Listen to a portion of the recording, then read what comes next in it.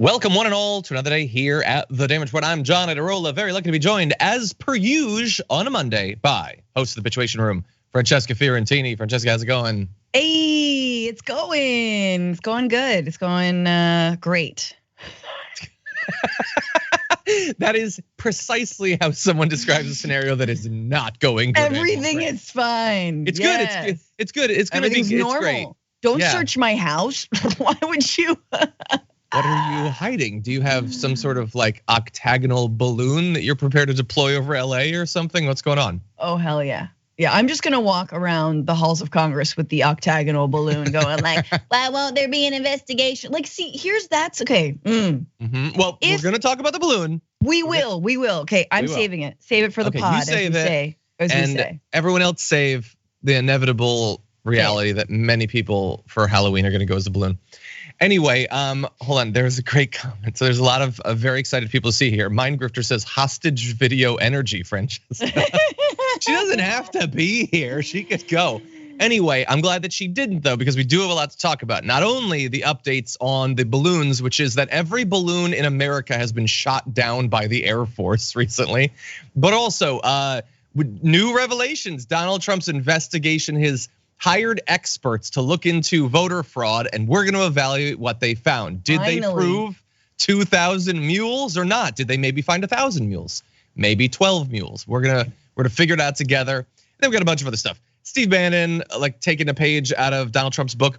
By the way, Donald Trump has some updated insults and nicknames for Ron Desantis, which I think are a pretty big improvement over his initial set. I thought those were weak sauce. This is a little bit better.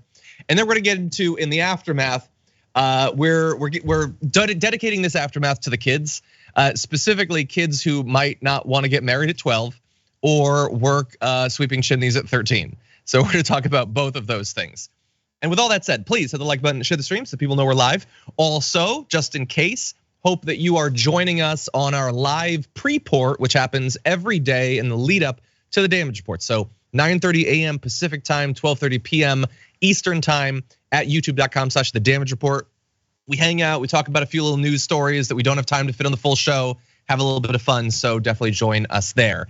And if you wanna send us any comments, tweets, or super chats, you can do that, both to give us a little giggle, maybe win a Blue Apron gift card, we'll have to see. But with all that said, Francesca, are you ready to start the show? If people think that you're a hostage, that isn't gonna help me out here. I'm a hostage to my child, you guys. Sure, okay. No, I was gonna say, as an ode to the new season of You, she's in a glass cage. Anyway, with that said, we're gonna talk about some news, starting with this. In the immediate aftermath of the 2020 election, we now know Donald Trump and his team hired a group of outside experts to research the election results in 6 different states to try to find literally any voter fraud, anything they could find. And since this is the first time you're probably hearing about this, what do you think they found? Amazing evidence? Maybe not so much. Let's get into what actually happened. The group is the Berkeley Research Group. They were hired to study the 2020 election results in 6 different states, and they were given a very wide purview of things to look into, including voter machine malfunctions, instances of dead people voting, any evidence that could help Trump show he won, literally almost anything. None of the findings were presented to the public. None of them were used in the literally dozens of court cases that Donald Trump was involved in the 2 to 3 months following the 2020 election. According to the 4 different sources that were cited by the Washington Post in this reporting, they looked at everything: change of address, illegal immigrants, ballot harvesting, people voting twice, machines being tampered with, ballots that were sent to vacant addresses that were returned and voted. Quote, literally anything you could think of. Voter turnout anomalies, date of birth anomalies, whether dead people voted. If there was anything under the sun that could be thought of, they looked at it. And the findings were, of course, as you can probably tell by now, not what the Trump camp was actually looking for. The researchers do believe that there were some voting anomalies and unusual data patterns in a few states, along with some instances in which laws may have been skirted. But they didn't believe the anomalies were significant enough to make a difference in who won the election in literally any of these places, let alone the many simultaneous places that would have had to change for Donald Trump to have been declared the winner of the 2020 election. And so of the more than a dozen hypotheses that they tested, Nothing significant was found.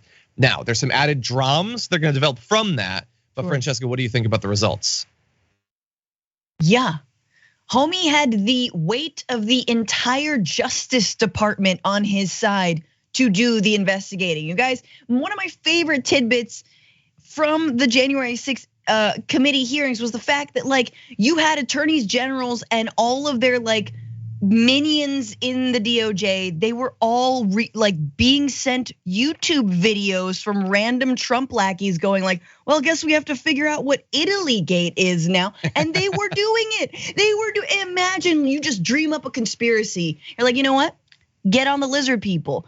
Wanna bet we're gonna find out Trump did send the DOJ to investigate lizard people? They're like, oh my God, but also Bill Barr's ahead of it. So like that's sort of weird because it's like a conflict of interest, because he is an actual iguana. But like, so what I'm saying is like I love that they had to go to like a third party and another person. And you guys remember Cyber Ninjas? That was another group that was in Arizona that was not like as cool as the name would imply.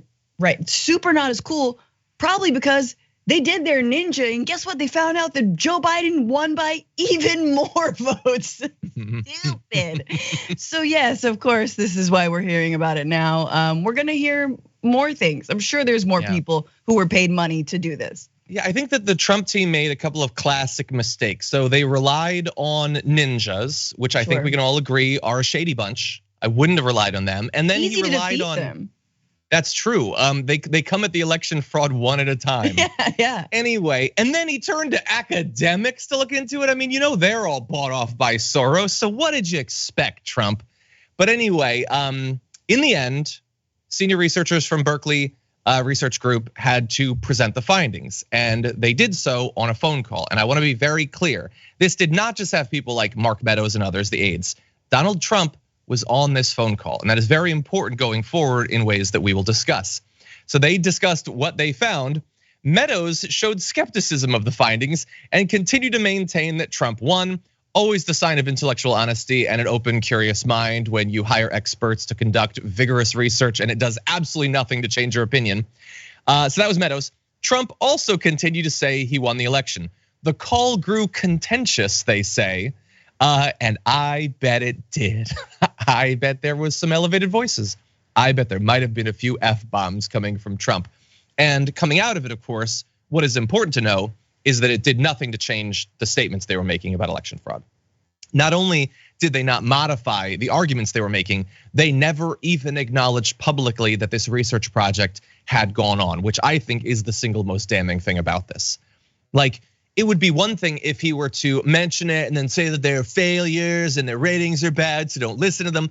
But they buried the evidence of it for more than 2 years at this point, going on 2.5 years. And they continue to lie about everything. And everybody was reached out to for comment on this. And of course, Donald Trump isn't saying anything. Mark Meadows isn't saying anything. But they did have a spokesperson. Stephen Chung, spokesperson for Trump, said President Trump received a record-breaking 74 million votes. Well, record-breaking except for the one other one. Anyway, the most of any sitting president in the history of the country. You mean then temporarily sitting president, right? Because he wasn't president a couple months. Anyone who takes a look at Joe Biden glitching through his presidency knows who really won the election. Glitching? I don't even know what that's supposed to mean. It's probably a lizard person, a cyber lizard person. You know what it means. Wait, what does it mean? He's a hologram. Q told us in the Q drop 75-30. That was a good one. It was a really good one. But anyway, here's why. One last thing about why I think this is important, because what we have discovered as a nation, I don't know, maybe people who follow a lot of true crime already knew this. What we've discovered as a nation, when it comes to things like the insurrection, when it comes to things like the document scandal, simply breaking the law, irrelevant. It doesn't matter at all. It's all about your mind, your frame of mind, your state of mind, your motivations and all that. And the only way we can get you for obviously indisputably breaking the law is if we prove that you knew that what you were doing was based on fabrications. Well, I think there was already robust evidence to prove that.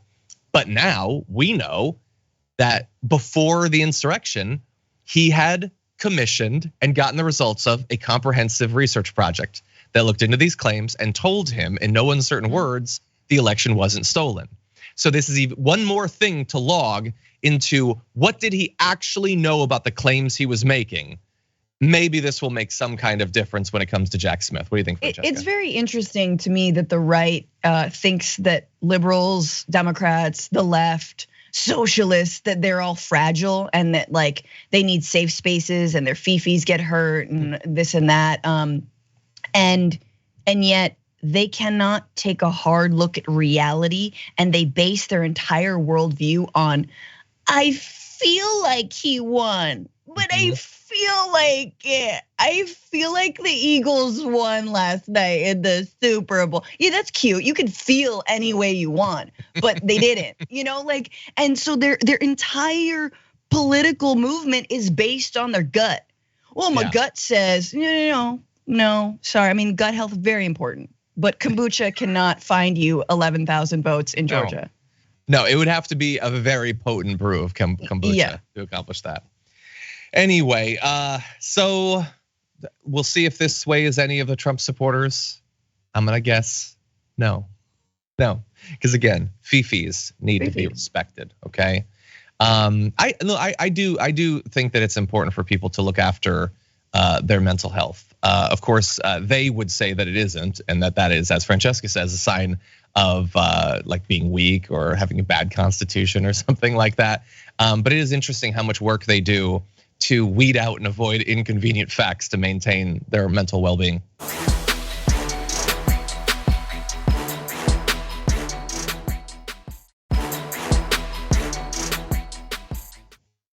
Anyway, with that said, that is not the only news. That might be the only important news taking place on Earth, but above Earth, big things have been happening. So let's transition now into this. All this last weekend, the US military has been shooting down all sorts of stuff in the air. And I say that because nobody seems to know what any of the objects are. Most recently, yesterday, the US military shot down an object over Lake Huron in Michigan, the latest takedown of an unidentified vessel flying over North America in the last week, which is a great, like it's an honest way of describing it, but it's also so vague that it definitely sounds like aliens are invading. I think a lot of people come to that conclusion, and I will not try to dissuade you. What I will do is show you where they're invading from. So if you look at this graphic, and kudos to Business Insider for adding in the alien imagery there. So on Friday, you have one over Alaska. Saturday, over Canada. Later Saturday, Montana. Sunday, there's the octagon that was shot down over the Great Lakes. It really does look like, these are distinct objects, right? They shot down 4 different objects. Why are they getting further east the later into the weekend we go? One would think after each shooting we would be more vigilant on the West Coast. But anyway, the Department of Defense clarified that the most recent object, the octagonal unidentified object, its path and altitude raised concerns, including that it could be a hazard to civil aviation, but noted that it did not appear to pose a kinetic military threat to anything on the ground. Again, I just love the language we're all being exposed to in these trying times. So Alaska, Canada, Michigan, Francesca, 4 different objects over like 3 different days. Nobody knows what they are, but they know that they need to die. What do you think? I mean, we gotta be careful. You know what I'm saying? Like, I mean, if they're aliens, my bad. You know what I mean? Like, sorry, ooh, your thingy, ooh, it broke. Your thingy. Don't invade us. And also like, oh, there's another object in the air. It's it's very scary that we're just shooting. I don't think we should just be shooting objects in the sky, like because maybe that could pose a risk. Maybe the shooting of the object might pose a risk to flights in the area. Yeah. But it is very curious that all of a sudden, I mean, Marjorie Greene will take credit for all of these because she's like, see, I told you. And in some ways, she's not wrong.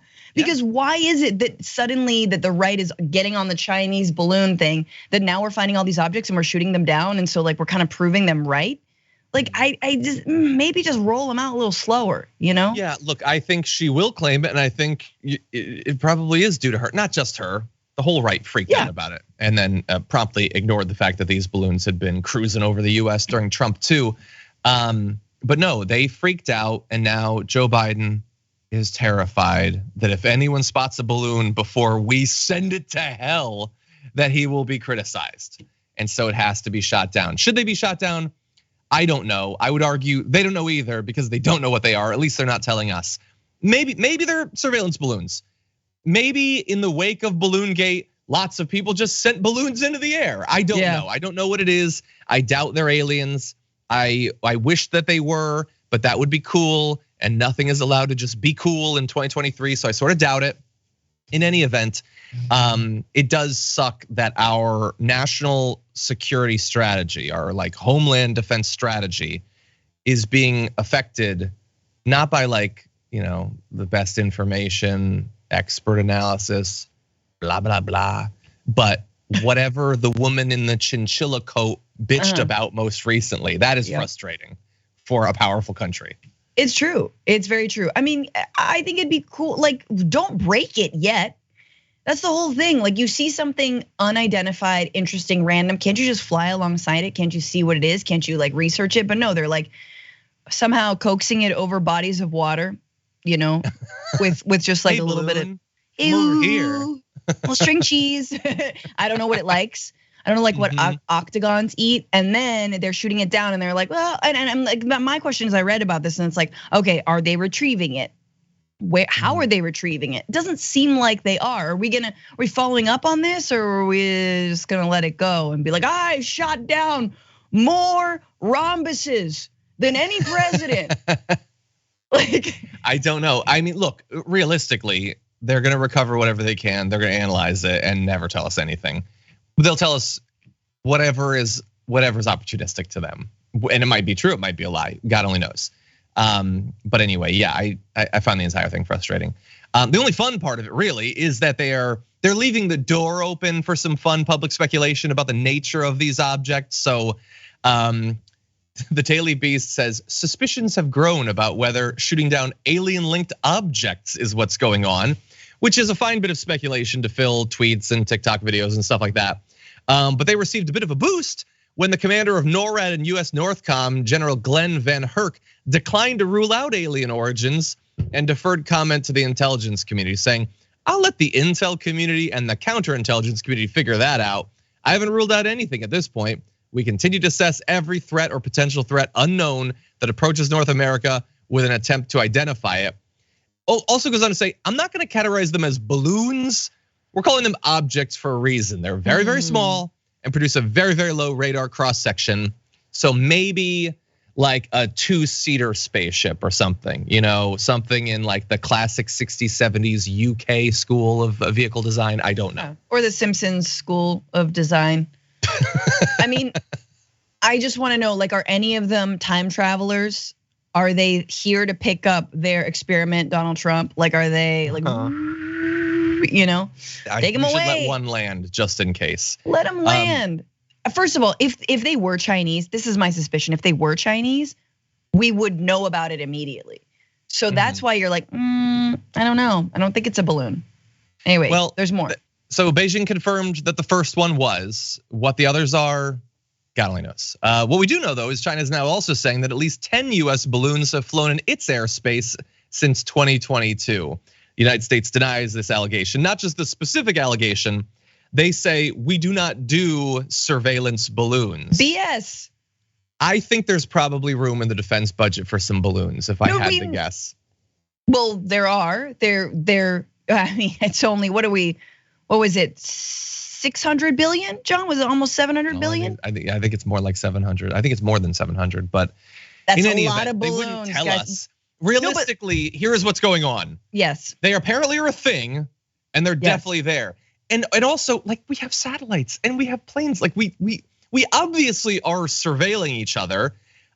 It is going to be pointless. We have balloons. We dedicated, it's something like $170 million, not a lot. We have spy balloons as well. There is a balloon Cold War happening. And apparently there's a balloon gap, as they're talking about, between the US and China. So now, not only we gotta work on our light rail, not only do we have to work on, just like not invading other countries as much, but now we gotta work on our balloon game because there's a balloon gap. So maybe, once again, all in the service of this Cold War. Yeah.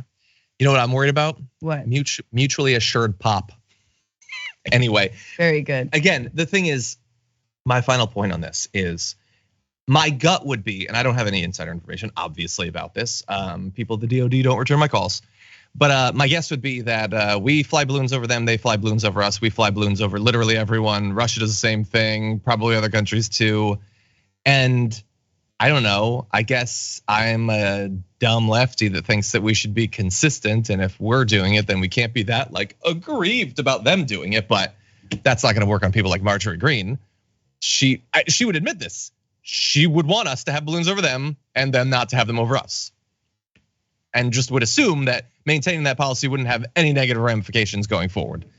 And the sea turtles are the ones that lose every time. Exactly. Yeah, the extended family of Mitch McConnell is gonna suffer in the end as a result of Indeed. this. Yeah. Okay, with that said, we're gonna take our first break. We'll be keeping our eyes on the skies, don't worry, but we have other important news to get to, so don't go anywhere. We'll be right back.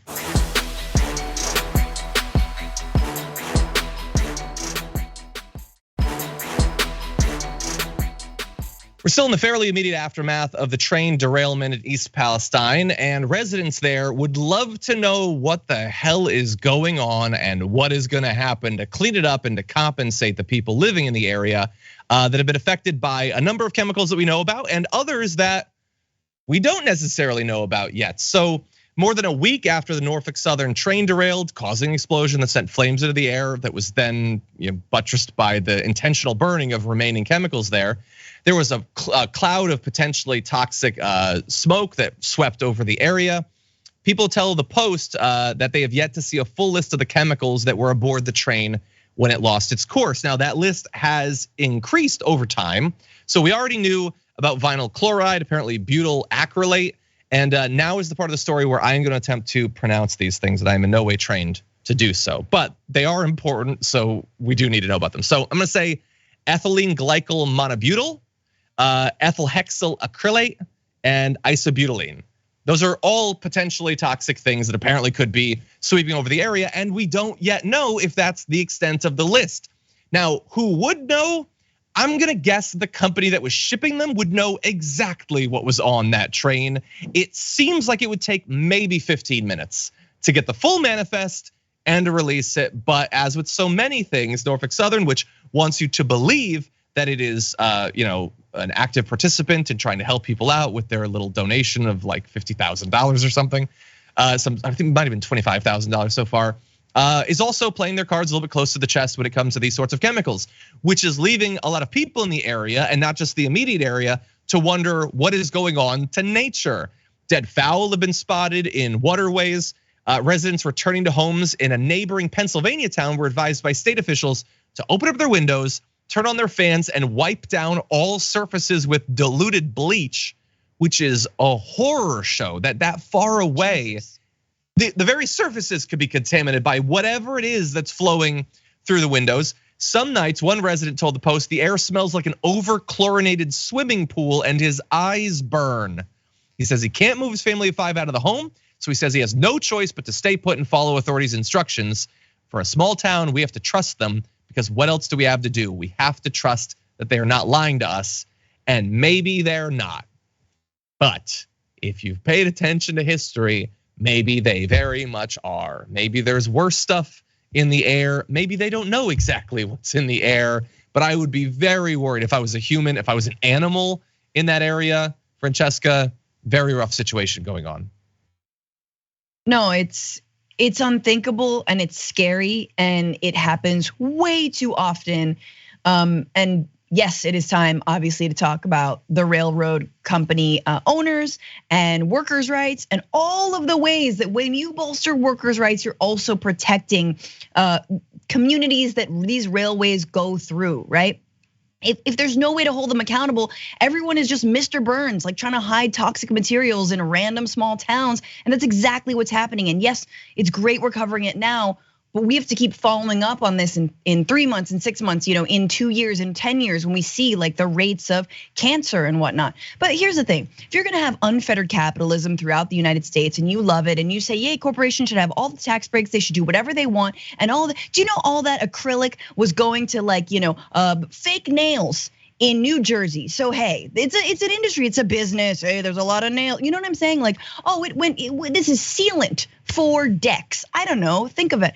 If you're gonna deprioritize human life over those toxic chemicals, then at least have a goddamn contingency plan when things like this happen, meaning move people out of their homes, put them up in a hotel where it is safe to stay, give them drinkable water. Don't just tell them, hey, open the windows and wipe your baby down with bleach. Like, how ridiculous. What kind of country do we live in? Your baby down.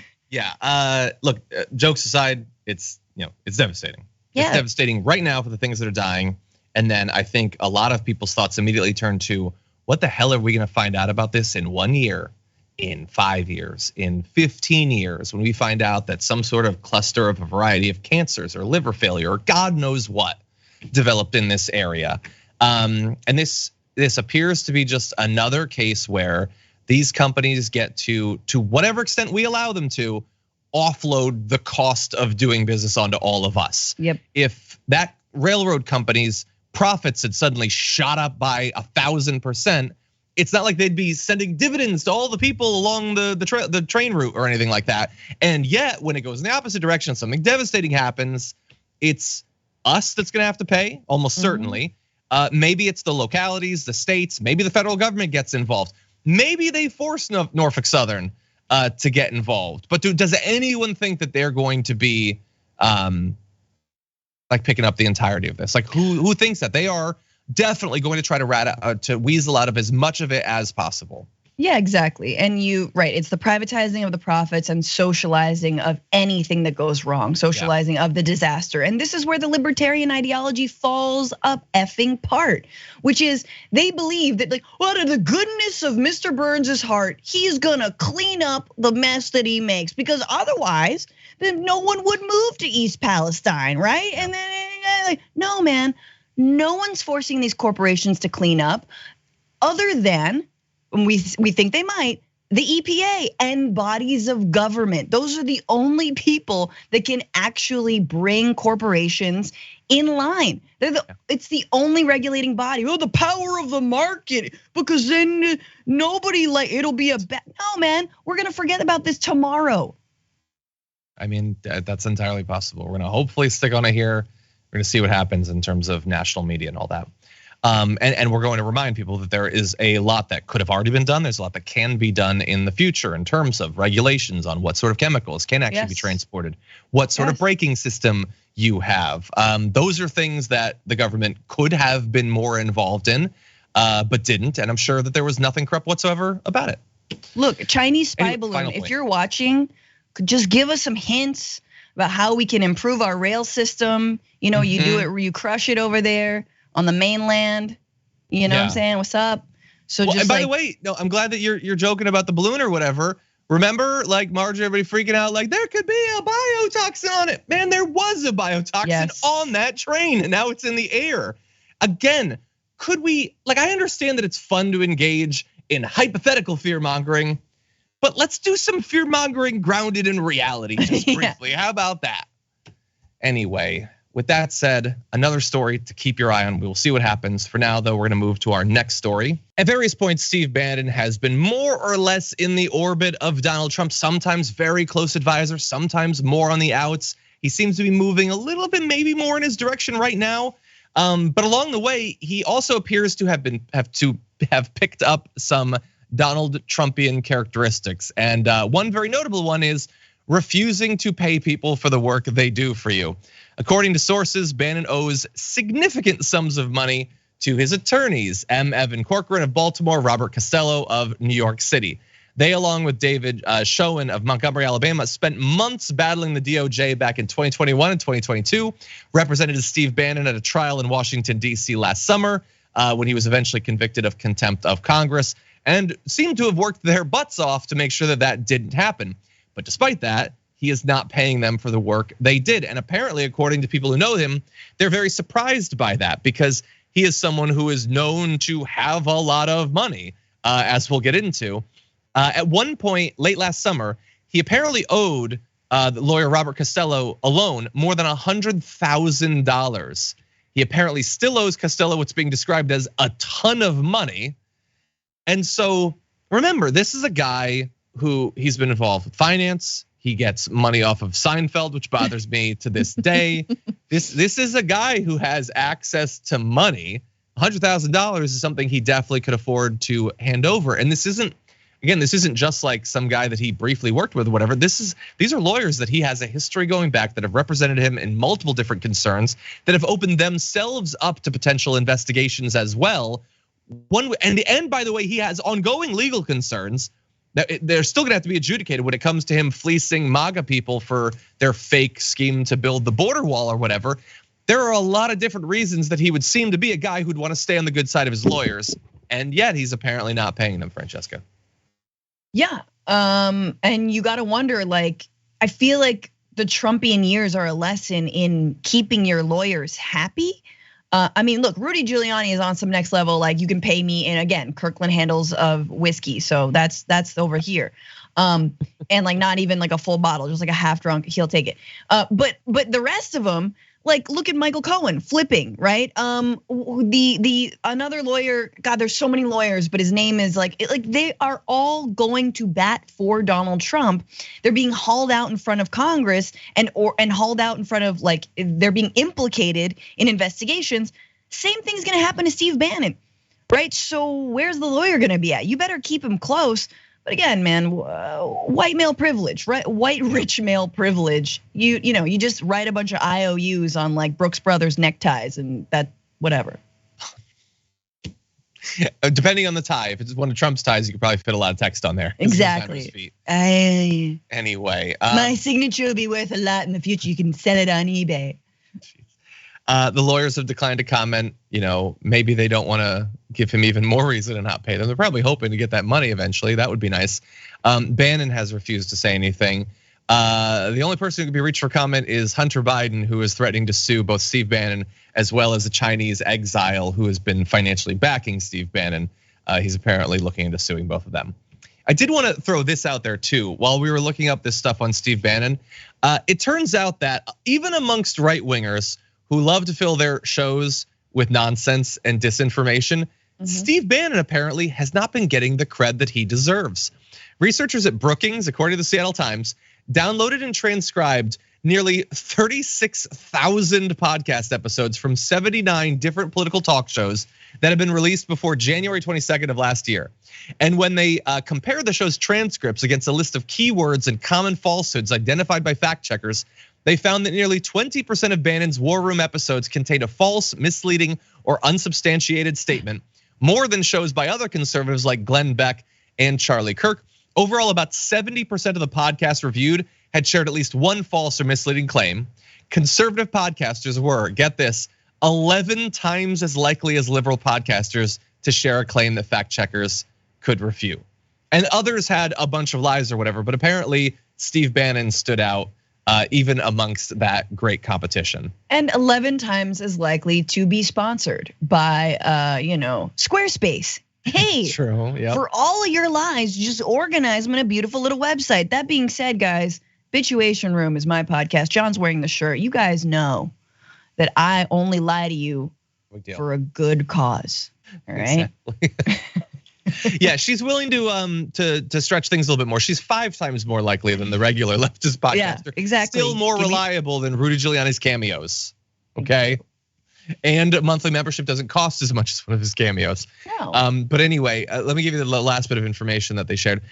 Kirk ranked second, Charlie Kirk, with 17% of his episodes containing an unsubstantiated or false claim. The Rush Limbaugh show and the Clay Travis and Buck Sexton show placed third, while the Michael Savage show ranked fourth. And I want to be very clear about how this works in terms of the methodology. When they say contained a false claim, they mean of the specific ones that were being searched for. I would bet every cent I've ever had and every cent I will ever have that in the other episodes, there were other unsubstantiated claims, okay? I'm fairly confident about that. But they, of course, they're not evaluating everything that's said. They go into it with a specific list, and that's what they're evaluating it based on, which is the right way to go about it. In any event, Francesca, I think it's time for us to take our second break. We come back. Donald Trump's insults towards Ron Desantis they've not been that great, but he's been working on it. He's workshopping some new nicknames. We're gonna evaluate them after this.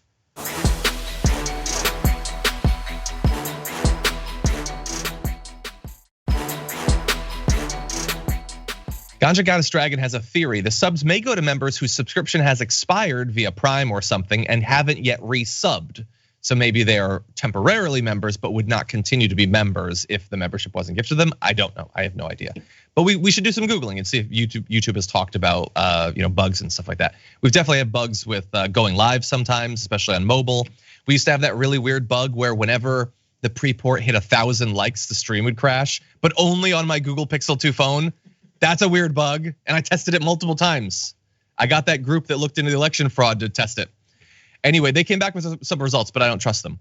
Anyway, with that said, we've got a lot to talk about, so let's jump into this next story. I'm not yet ready to say that the fight between Donald Trump and Ron DeSantis won't include any substance. There is some evidence, in fact, that they will be talking a lot about Social Security, Medicare, and Medicaid, and that will be great.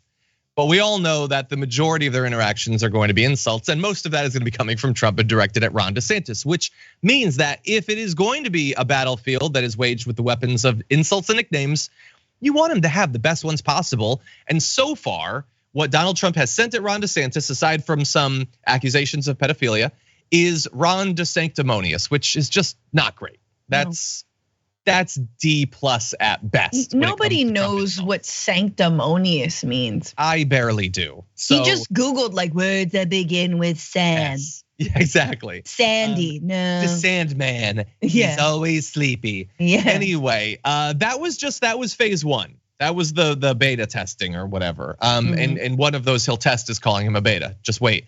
Anyway, Trump has been working on it. He's come up with some new ones. So here are the new burns, okay? In casual conversations, he has called Ron DeSantis Meatball Ron. Okay, solid. An apparent dig at his appearance. Yes. Now, I don't have any more details about what that's intended to mean. I am guessing that that's an insult at Ron DeSantis's weight, that he's shaped like a meatball. No, it's his face. He's got like that squidgy, sweaty face going on. I'm gonna look up a photo of Ron. Can we put up Ron DeSantis He looks B-roll? like a meatball. Can we get Ron DeSantis B-roll? No, it's gotta be this one. He's trying to smile. Oh, well, that one he does have kind of a perfectly spherical head. Yes, that is true. He looked like a meatball. Anyway, I just think, glass meatballs, man. That's all I'm saying. I'm not gonna get any more specific. Glass meatballs. Anyway, so Meatball Ron.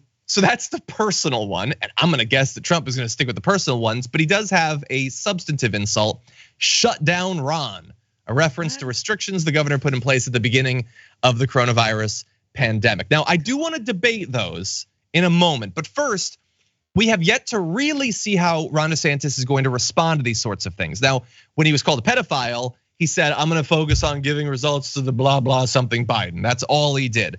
But we haven't yet seen them on the debate stage just yet. What we do have is Ron DeSantis facing a far less vicious competitor in his gubernatorial run. And I was reminded of this actually by, I think it was Insider reminded me of this, an interaction between Charlie Crist and Ron DeSantis. And I want you to take a look, especially at the facial expressions of Ron DeSantis as he's being challenged on stage. Take a look at this. Ron, you talk about Joe Biden a lot. I understand. You think you're going to be running against him. I can see how you might get confused, but you're running for governor. You're running for governor, and I have a question for you. You're running for governor. Why don't you look in the eyes of the people of the state of Florida and say to them, if you're reelected, you will serve a full 4-year term as governor? Yes or no? Yes or no, Ron? Will you serve a full 4-year term if you're reelected governor of Florida? It's not a tough question. It's a fair question. He won't tell you. We did not agree on the candidates asking each other questions. Governor, it's your turn. Well, listen, I know that Charlie's interested in talking about 2024 and Joe Biden, but I just want to make things very, very clear. The only worn out old donkey I'm looking to put out to pasture is Charlie Crist. Okay, so he called him a worn out old donkey. That's fine or whatever. That's good. He clearly had written that like 6 weeks ago and was waiting to deploy it. Yeah. But when Charlie Crist challenged him, he just did this. Is it my time yet? I have a line. That's Charlie Crist. He is a worn out old donkey. Donald Trump is going to be setting fire to his skeletal system. Like the attacks are becoming fast and furious, and most importantly, deranged, utterly deranged attacks. You are not gonna just be able to like quiver a little bit and ask if it's your turn to talk about something else. That is not gonna save you against Donald Trump. Also, I really think that calling Donald Trump anything close to a worn out old donkey, which I would love to see someone do. Broken down old throne. Very much gonna backfire. Like DeSantis is gonna have to go hard in the paint at Trump, and he won't, because he doesn't want to alienate the base that he wants to win over, which is the former Trump base. You're just trying to wrest the baton from Trump's just tiny little thingies, but they're just gripping so hard, like, but you can't break the baton. That's the thing. Yeah, I don't see how that works. Like, it is going to be so vicious and so personal, and I don't know. I like the idea of a high road or whatever. I don't think it's going to work for you. I think you're going to find that that high road ends in a cliff. In any event, how will he respond to these new insults? Well, a person familiar with the governor's thinking said he was likely to stick with a measured approach. That means that Republicans hoping for a more aggressive stance by Mr. DeSantis, who is said to be keenly aware of how many of his supporters, also like Mr. Trump, are almost certain to be disappointed. Okay, well then I'm going to counter that by saying, then people who think that Ron DeSantis is going to win this primary are certain to be disappointed because they worship strength. Big, stupid, bold, fake strength, admittedly. Toxic, self-destructive strength, deranged strength, but some kind of strength. And the measured approach just doesn't seem to be it. Now, really fast, Francesca, to the nature of the insults. You have Meatball Ron. He's an adult. Good. He was the president. And then shut down Ron. That to me seems like, I know that he wants to focus on this pandemic stuff. I really do feel like DeSantis has spent like 3 years at this point trying to convince every Republican in the country that he doesn't care if literally everyone dies from COVID. I feel like if you are a person that doesn't think that COVID should ever be countered in literally any way, you believe that DeSantis is your guy. So what do you think about the strategy of trying to undercut him on like maybe his core appeal, other than, like trying to destroy the LGBTQ community or something like that? Like calling him, like actually calling him shut down Ron, like trying to make make COVID an albatross around his neck. The biggest thing though on that is that Trump actually believes in the vaccine, whereas we still don't know whether Ron DeSantis believes in it or not. I do think there will be a moment where Trump will say, "Did you get it?" And Ron's gonna have to say, "Yeah." And so then there's that. But like, so it doesn't really work. Trump trying to say, "You shut everything down," but I also want to tout the fact that I rolled out the vaccine, which he should. I see it as a misfire, but I am thinking of new names. And I do think that calling him Ron Con is a really good, like call him Ron Con, like instead of rom-com, Ron Con. He's Ron Con, and instead of a meat cute, he's a meatball cute. I like that. Okay, and it's Ron dumb. Con. So there's like a 25% chance that he will in fact do that.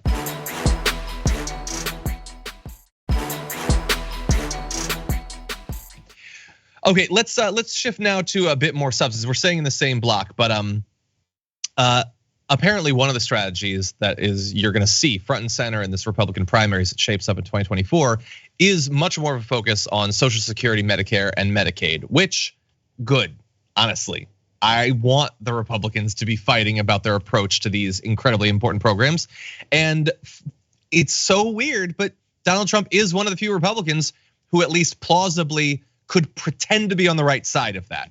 And he's apparently expected to start attacking Ron DeSantis about his prior votes on this. Not just about things he might have said about what should happen going forward, but Ron DeSantis is sort of unique compared to a lot of prominent Republicans, including Trump, in that he has an actual voting history.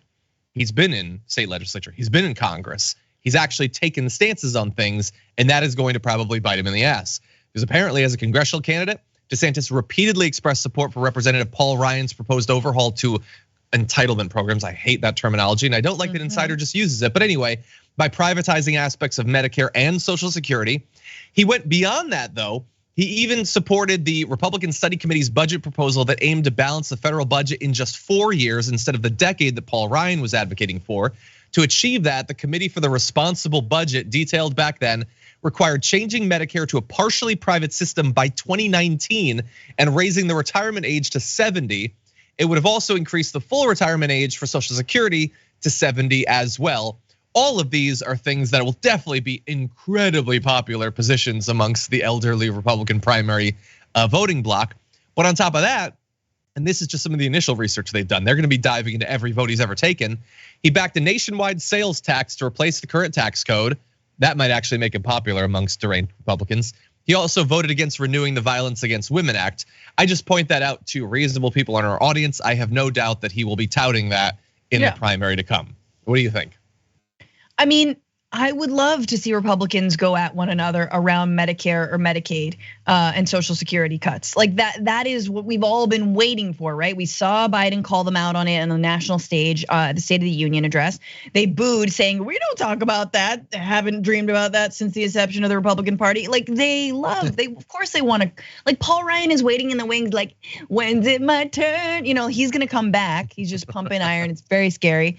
But so I would love to see Trump, and let's be honest, the reason that Trump actually did appeal to the mass of people that he appealed to is because it was really vague, but he said Obamacare is no good. I want to give everyone health care. Health care is going to be amazing under Trump. We never saw that at all. In fact, then he just denied that a pandemic was happening and was like, let's shoot bleach into our veins or whatever it was. But that really helped him. So I would love to see Trump run to his so-called left on this. And I would love to see that become a habit in the Republican Party of them hitting each other over their past statements on Medicare and Social Security. Yeah. I will believe it when I see it though. Yeah, and look, we can, as people who have very different opinions than most Republicans of this sort of thing, we can view this and think, okay, if they have this conversation for months publicly, that seems like a good thing because it trains people to be defensive about the future of these programs. And since Democrats don't generally do a good enough job of stressing that, why not have the Republicans assist us? Right. It maybe makes it marginally harder for the Republicans in the future to do those cuts. Although, Donald Trump attacking Ron Desantis on it, if Donald Trump becomes president and has a Republican Congress and Senate, is Donald Trump then going to veto those changes? That goes a step further, and I would not want to bet my retirement on that. But anyway, it's still better. So, and look, I want primaries to be about substance. I want them to be about the future of these big programs, but I'm also just not entirely sure how much you can trust Donald Trump. Remember, Donald Trump was saying back in the 2016 primary that he was going to advocate for single payer healthcare. Yeah. How did that go? Yeah, exactly. Do you have single payer healthcare, America? So again, he can take some of these stances, and it's a little bit easy for him because he has no history really, aside from now being president. And he really doesn't care about a lot of this stuff. So it's easy for him to make bold claims or whatever, but that doesn't mean that you can actually trust it. Well, yeah. If he gets back into office, the last thing I think we should worry about is Medicare and Social Security. Important, but we're gonna have way bigger fish to fry. Yeah, we'll see. Like whether there will be fish left in the oceans to fry. That was a climate change thing. Yeah. Anyway, yeah, well, we're gonna see. See how Meatball Ron deals with it. I'm just trying to test out the nickname and see. I don't like it. It's too long. Meatball Ron. Ron Con. Ron Con is good. I like Desadness. Just make it so that when everyone thinks of him, they get sad. Ron Desadness. That's how you win this thing. Anyway, with that said, we've only got another minute, so I'm gonna read a couple of comments. Lots more to come in the aftermath, everybody. So please stay tuned. And if you're just joining us near the close of the program, please hit the like button. Help juice that algorithm.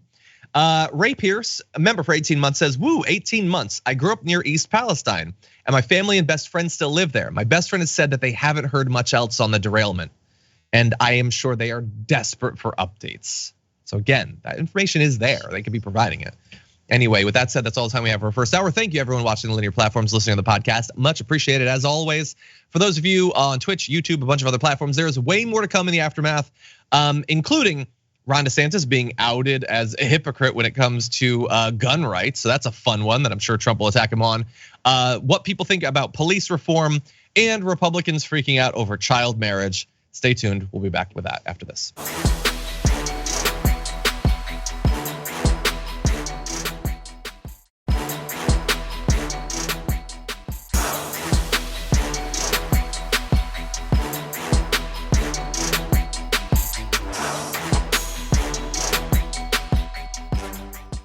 Thanks for listening to the full episode of The Damage Report. Support our work, listen ad-free, access members-only bonus content, and more by subscribing to Apple Podcasts at apple.co/TYT. I'm your host, John Derola. I'll see you soon.